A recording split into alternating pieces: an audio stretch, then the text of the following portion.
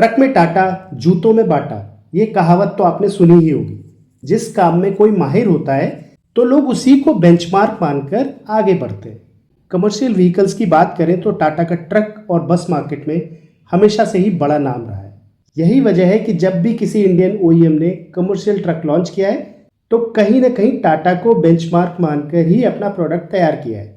चाहे वो महिंद्रा हो, भारत बेंज हो, अशोक लीलैंड हो, एसएमएल इसूजू हो या फिर आयशर, टाटा बस एंड ट्रक सेगमेंट की लीडर रही है। आपको भी याद होगा, एक समय टाटा 407 ने एलसीवी सेगमेंट पे क्रांति ला दी थी। इसके बाद एक और दौर आया जब टाटा ने एक ऐसा व्हीकल लॉन्च किया जिसने कमर्शियल व्हीकल सेगमेंट की तस्वीर ही बदल दी। नाम था टाटा एस, जिसे प्यार से छोटा हाथी कहा जाने लगा। पैसेंजर कार्स की बात करें तो रेनो डस्टर और फोर्ड इको स्पोर्ट की तरह टाटा एस ने आते ही कमर्शियल व्हीकल सेगमेंट में एक बिल्कुल नया सेगमेंट क्रिएट किया था। आप में से ज्यादातर लोगों ने रोजमर्रा की भाषा में लोगों को कहते हुए सुना होगा, कुछ भी सामान लाना हो, ले जाना हो, टेम्पो कर लो। आपने फर्नीचर शॉप पर सोफा बुक किया, घर पर सोफा लेकर आना है तो दुकानदार अक्सर यही कह देता था, भाई साहब आप आगे चलिए, हम पीछे से टेम्पो करके आपका सामान घर पहुंचा देंगे। अब कोई भी गाड़ी हो, लोग टेम्पो ही बोल देते। एक बात बताऊं, टेम्पो असल में एक ब्रांड नेम था, लेकिन समय के साथ आम बोलचाल की भाषा में लगभग हर light commercial vehicle load carrier को लोग टेम्पो कहने लगे। लेकिन टाटा एस के आने के बाद टेम्पो टर्म की जगह धीरे धीरे छोटा हाथी ने लेना स्टार्ट कर दी। अगर आप ध्यान देंगे और ध्यान से सुनेंगे तो मार्केट में ये सेंटेंस आपको कहते हुए लोग मिल जाएंगे, ये सामान छोटे हाथी में चला जाएगा। यही होती है मार्केटिंग की पावर। नाम है टाटा एस, लेकिन बहुत से लोगों के लिए इसकी पहचान ही छोटा हाथी बन गई, क्योंकि Tata S heavy commercial vehicle का ही छोटा रूप था। ट्रक को लोग जनरली हाथी कह देते हैं, हैवी कमर्शियल व्हीकल का छोटा वर्जन मतलब छोटा हाथी। जहां पहले सामान लाने ले जाने के लिए बड़े ट्रक को हायर करना मजबूरी हुआ करता था, टाटा एस ने आते ही एक नया सेगमेंट क्रिएट किया और उसी सेगमेंट में इतनी तेजी से चला कि उसका लीडर ही बन गया। इंडिया में माइक्रो ट्रक या स्मॉल कमर्शियल व्हीकल सेगमेंट को एस्टैब्लिश करने का पूरा क्रेडिट टाटा एस को ही जाता है। हालांकि टाटा एस से पहले भी सिटीज में लाइट टू मीडियम लोड को ले जाने का काम Bajaj tempo Matador, Mahindra NC pickup truck, Mahindra FC 150 और महिंद्रा एफजे 460 से किया जाता था, जबकि बड़े लेवल पर टाटा 407 का ही यूज होता था। और अगर हम इससे भी पीछे जाएं तो इंडिया में स्मॉल कमर्शियल व्हीकल के इतिहास में टेम्पो हैंडसीट का नाम आता है। उस समय टेम्पो हैंडसीट को भी लोग इसके नाम से नहीं जानते थे, इसे भुंड, गणेश, डुक्कर और न जाने कई नामों से बुलाया जाता था। इंडिया का पहला motorized 3 wheeler utility and transport vehicle tempo Hanseat ही था, जिसे 1958 में फिरोदिया लिमिटेड ने इंट्रोड्यूस किया था। यही कंपनी आगे चलकर बजाज टेम्पो और फिर फोर्स मोटर्स के नाम से जानी गई। Tempo Hanseat German company Vidal and Son Tempo के लाइसेंस पर बनाई गई थी। पुराने लोग जानते होंगे कि टेम्पो हैंडसीट कितना मजबूत 3 व्हीलर था। इसका यूज कार्गो और पब्लिक ट्रांसपोर्ट दोनों के लिए किया जाता था। इसके बाद 1959 में बजाज ऑटो ने लाइसेंस्ड पियाजियो 3 व्हीलर्स का मास प्रोडक्शन स्टार्ट किया, जिसने आगे चलकर इंडिया के मॉडर्न ऑटो रिक्शा मार्केट की नींव रखने में इंपॉर्टेंट रोल प्ले किया। यानी टेम्पो मेटाडोर से पहले टेम्पो हैंडसीट जैसे 3 व्हीलर्स स्मॉल कमर्शियल व्हीकल्स के तौर पर यूज होते थे।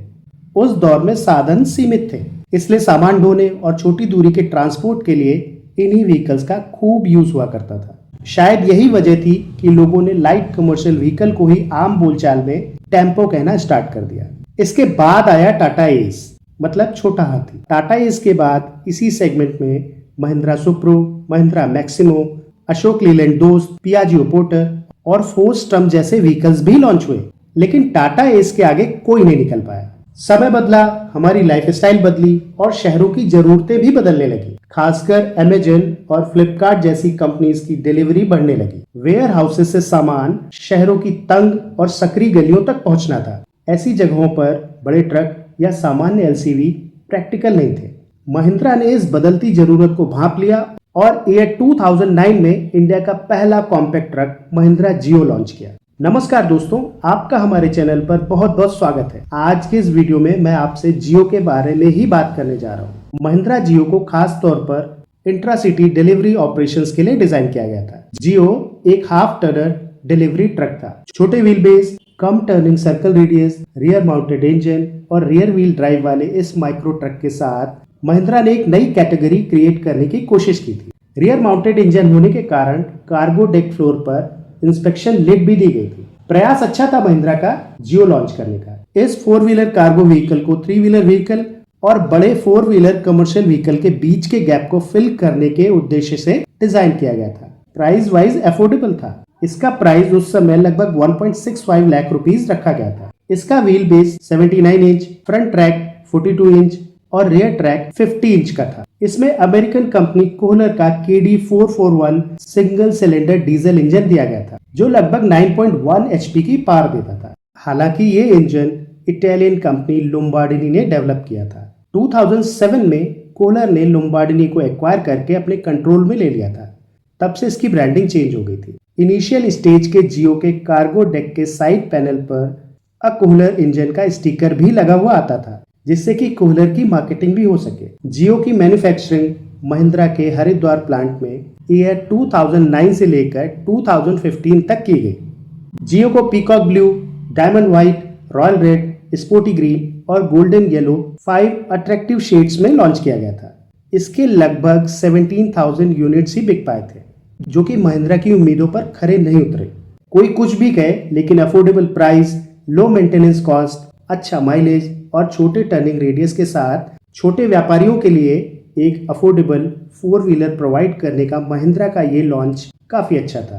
ये क्यूट लिटिल पिकअप बग अपनी छोटी बॉडी और कॉम्पैक्ट डायमेंशंस की वजह से तंग से तंग गलियों में आसानी से चल सकता था। टॉल और वाइड केबिन होने के कारण एंट्री एग्जिट आसान थी और लेगरूम भी इसका बेहतर था। सेमी फॉरवर्ड केबिन और क्रम्पल जोन के जरिए इस व्हीकल की सेफ्टी पर भी ध्यान दिया गया था। इसके बाद महिंद्रा ने पब्लिक ट्रांसपोर्ट को ध्यान में रखते हुए जियो का पैसेंजर वर्जन भी लॉन्च किया।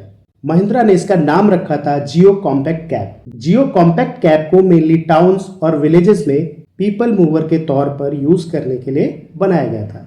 स्टेज कैरियज और कॉन्ट्रैक्ट कैरियज जैसे इंट्रासिटी और अर्बन रूरल कनेक्टिविटी वाले कामों को टारगेट करते हुए जियो का कॉम्पैक्ट कैब वर्जन लॉन्च हुआ था। जियो कॉम्पैक्ट कैब के इंजन स्पेसिफिकेशंस और अंडर बॉडी डायमेंशंस जियो जैसे ही थे। जियो कॉम्पैक्ट कैब को D+3, D+4 और D+6 जैसे अलग अलग सीटिंग लेआउट्स में लॉन्च किया गया था। इसके अलावा इसका एक हार्ड टॉप डोरलेस वेरिएंट एक्सप्लोरर नाम से भी लॉन्च हुआ था, जिसे खास तौर पर कैंपस, होटल्स, फैक्ट्रीज और प्राइवेट रोड जैसे एप्लीकेशंस के लिए टारगेट किया गया था। 30 किलोमीटर पर लीटर माइलेज देने वाली ये कॉम्पैक्ट कैब 3 व्हीलर व्हीकल की तुलना में ज्यादा पैसेंजर्स कैरी करने के कारण ऑनर की अर्निंग पोटेंशियल को लगभग 27% तक बढ़ा देती थी। जियो कॉम्पैक्ट कैब का प्रोडक्शन लगभग 2012 से लेकर 2015 तक किया गया। महिंद्रा इसके केवल 10,000 यूनिट्स ही बेच पाई थी। 3 व्हीलर ऑटो में जहां लगभग 3 पैसेंजर्स की कैरिंग कैपेसिटी थी, वहीं जियो कॉम्पैक्ट कैब 6 यात्रियों को ले जा सकती थी। लेकिन यहाँ एक बड़ा सवाल है, अगर जियो इतना इनोवेटिव था तो फिर ये सक्सेसफुल क्यों नहीं हो पाया? इसके पीछे कई कारण थे। सबसे बड़ी समस्या इसका छोटा सिंगल सिलेंडर इंजन था। इंजन से नॉइज ज्यादा आती थी और वाइब्रेशंस ज्यादा महसूस होते थे, और हैवी लोड या चढ़ाई पर इसकी परफॉर्मेंस सीमित हो जाती थी। दूसरी तरफ 3 व्हीलर व्हीकल से कंपटीशन भी आसान नहीं था। सकरी गलियों में आसानी से आने जाने के मामले में ट्रेडिशनल 3 व्हीलर्स अभी भी काफी प्रैक्टिकल थे। 3 व्हीलर्स का मेंटेनेंस भी कम था और स्पेयर पार्ट्स भी आसानी से मिल जाते थे। ओवरऑल जियो और जियो कॉम्पैक्ट कैब को लेकर पोटेंशियल बायर्स कंफ्यूजन की स्थिति में रहे। जिसे छोटा व्हीकल चाहिए था उसने 3 व्हीलर ले लिया, और जिसे बड़ा चाहिए था उसने टाटा मैजिक या टाटा एस ले लिया। कई लोग बोलते थे कि हाईवे पर टोल टैक्स देना पड़ता था। हाईवे पर टोल टैक्स देने वाली बात को इसके फेल्योर का मेन कारण मानना सही नहीं होगा, क्योंकि जियो कॉम्पैक्ट कैब का primary target long distance highway transportation था ही नहीं। इसे स्मॉल सिटीज, रूरल एरियाज और शॉर्ट रूट पैसेंजर मूवमेंट के लिए बनाया गया था। हाँ, एक प्रैक्टिकल डिसएडवांटेज ये जरूर था कि 4 पहिया व्हीकल होने के कारण जहां 3 व्हीलर्स को टोल से रिबेट मिल जाती थी, वहीं जियो कॉम्पैक्ट कैब 4 व्हीलर को टोल देना पड़ जाता था। असल समस्या ये थी कि जिन कस्टमर्स को महिंद्रा 3 व्हीलर से 4 व्हीलर में अपग्रेड करना चाहता था, उनके सामने एग्जिस्टिंग 3 व्हीलर्स ज्यादा एस्टेब्लिश्ड और प्रैक्टिकल ऑप्शन बने हुए थे। वहीं दूसरी तरफ टाटा मैजिक और टाटा एज जैसे व्हीकल्स ज्यादा पावरफुल और ज्यादा एस्टेब्लिश्ड नाम हुआ करते थे। यानी एज अ प्रोडक्ट जियो अच्छी गाड़ी थी, लेकिन जियो ऐसी जगह खड़ा था जहां उसे 3 व्हीलर और एलसीवी दोनों से कंपटीशन मिल रहा था। अब गलती से कोई तो सीखेगा ही। इसके बाद टाटा ने इसी बदलते मार्केट को समझा। महिंद्रा जियो के बाद टाटा ने टाटा एस जिप लॉन्च किया और एस जिप के बाद जिप एक्सेल को भी लॉन्च किया गया। इसके साथ ही टाटा ने अपने एस प्लेटफॉर्म को और छोटे एप्लीकेशंस तक पहुंचाने की कोशिश की, जिसमें टाटा सफल भी हुई।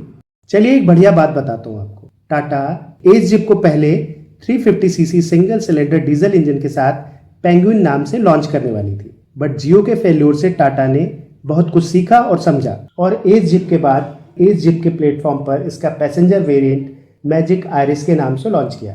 एस जिप और मैजिक आयरिस में 611 सीसी का वाटर कूल डीजल इंजन दिया गया था, जो लगभग 11 एचपी की पावर देता था। यहीं पर टाटा और महिंद्रा के प्रोडक्ट्स के बीच एक इंपॉर्टेंट डिफरेंस दिखाई देता है। हालांकि इस सेगमेंट का शुभारंभ महिंद्रा ने ही किया था, पर टाटा ने जियो वाली कमियों को एनालाइज किया, समझा और जियो से बेहतर प्रोडक्ट एस जिप को लॉन्च कर दिया। टाटा एस जिप और टाटा मैजिक आयरिस में 611 सीसी का इंजन था, जबकि महिंद्रा जियो और जियो कॉम्पैक्ट कैब में 441 सीसी का इंजन था, यानी इंजन डिस्प्लेसमेंट में करीब 170 सीसी का अंतर था। और शायद यही वजह है कि आज भी आपको टाटा एस जिप और मैजिक आयरिस सड़कों पर देखने को मिल जाती है, जबकि महिंद्रा जियो और जियो कॉम्पैक्ट कैब काफी रेयर हो चुकी हैं। आपको बता दूं, जियो और जियो कॉम्पैक्ट कैब को मिलाकर लगभग 27,000 यूनिट्स ही महिंद्रा बेच पाई थी। जियो को बंद करने के बाद महिंद्रा ने जियो को जीतो से रिप्लेस कर दिया। महिंद्रा को जियो नाम से खास लगाव भी है और होना भी चाहिए। ओ लकी चार्म है महिंद्रा का, और महिंद्रा इसे ऐसे कैसे जाने देगी। नाम के लास्ट में ओ लेटर वाली बोलेरो और स्कॉर्पियो ने ही महिंद्रा को दी महिंद्रा बनाया, और यही कारण है आज भी महिंद्रा अपने पुराने नामों और लेगेसी को नए प्रोडक्ट्स के साथ जोड़ने की कोशिश करता है। हाल ही में महिंद्रा ने जीतो का इलेक्ट्रिक अवतार भी लॉन्च किया है, जिसका नाम है महिंद्रा जियो। नाम में एक इंटरेस्टिंग ट्विस्ट है, बट कनेक्शन है। पहले वाले जियो की स्पेलिंग थी GIO, जबकि जीतो इलेक्ट्रिक अवतार के नाम की स्पेलिंग है ZEO। जियो शायद कॉम्पैक्ट ट्रक मार्केट में अपनी छाप नहीं छोड़ पाया है, लेकिन इसकी कहानी इसलिए इंपॉर्टेंट है क्योंकि इस गाड़ी ने उस समय एक ऐसी जरूरत को पहचानने की कोशिश की थी जो आगे चलकर इंडिया के लास्ट माइल डिलीवरी और अर्बन कमर्शियल मोबिलिटी मार्केट की बहुत बड़ी जरूरत बनने वाली थी। कुछ लोग बोल सकते हैं, कुछ लोग समझ सकते हैं कि महिंद्रा जियो शायद समय से पहले लॉन्च हो गया था। इसके विपरीत मुझे एक चीज और लगती है कि इंडिया में लोगों को अगर कंफर्ट से कंप्रोमाइज करके थोड़ा रुपए बच रहे हैं, थोड़े से फायदे के लिए लोग कंफर्ट और सेफ्टी को दरकिनार कर ही देते हैं। आशा करता हूं आपको ये जानकारी पसंद आई होगी। ऐसे ही इंटरेस्टिंग वीडियोस को देखने के लिए आप हमारे चैनल पर रेगुलरली विजिट करते रहें। वीडियो को पूरा देखने के लिए आपका बहुत बहुत धन्यवाद। महिंद्रा राइज।